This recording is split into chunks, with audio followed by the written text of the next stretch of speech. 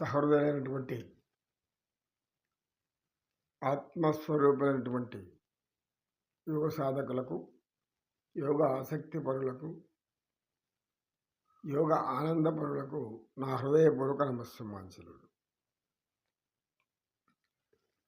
నమో కృష్ణ, నమో కృష్ణ, కృష్ణ కృష్ణ హరే హరే, హరే రామ హరే రామ, రామ రామ హరే హరే. సత్యనిష్ఠుడు ధ్యానం ముగించుకొని ఇంకా చర్చకు ప్రారంభమయ్యే ముందు శ్రావణభూతి పైకి లేచాడు. శ్రావణభూతి పైకి లేచాడంటే అందరికీ ఒక ఆసక్తి, ఏమడుగుతాడా అని. గురువు గారు ఈరోజు ఏదన్నా ఒక సామెత చెప్పండి అన్నాడు. అందుకు సత్యనిష్ఠుడు అలాగేనైనా మనం సామెతలోనేవి మనకు నీతులు నేర్పడానికి, అంటే జ్ఞానం ఏది, అజ్ఞానం ఏది, మూర్ఖత్వం ఏది, తెలివి ఏది, ఇవి తెలిపేది కొన్ని సామెతలు మన తెలుగు భాషలో పుట్టుకొచ్చాయి. చాలా సామెతలు ఉన్నాయి. సున్నం ఎందుకురా తిన్నావు అంటే వెన్నకు తక్కువైంది అన్నాడంట. సున్నం ఎందుకు తిన్నావు అంటే వెన్నకు తక్కువైంది అన్నాడంట. అంటే సున్నానికి వెన్నానికి ఏం తేడా ఉంది? అది తెల్లగా ఉంటుంది, ఇది తెల్లగా ఉంటుంది. ఒకప్పుడు ఒక రాజయ్య అనేటువంటి వ్యక్తికి ఒక కొడుకున్నాడు. వాడికి 15 సంవత్సరాల వయసు వచ్చింది. వాడికి వెన్న అంటే ఇష్టం. రాజయ్యకి కూడా వెన్న అంటే ఇష్టం. ఇంట్లో అందరికి కూడా వెన్న అంటే ఇష్టం. అందుకే నిత్యం చిలికి వెన్న తీసి పెడతారు.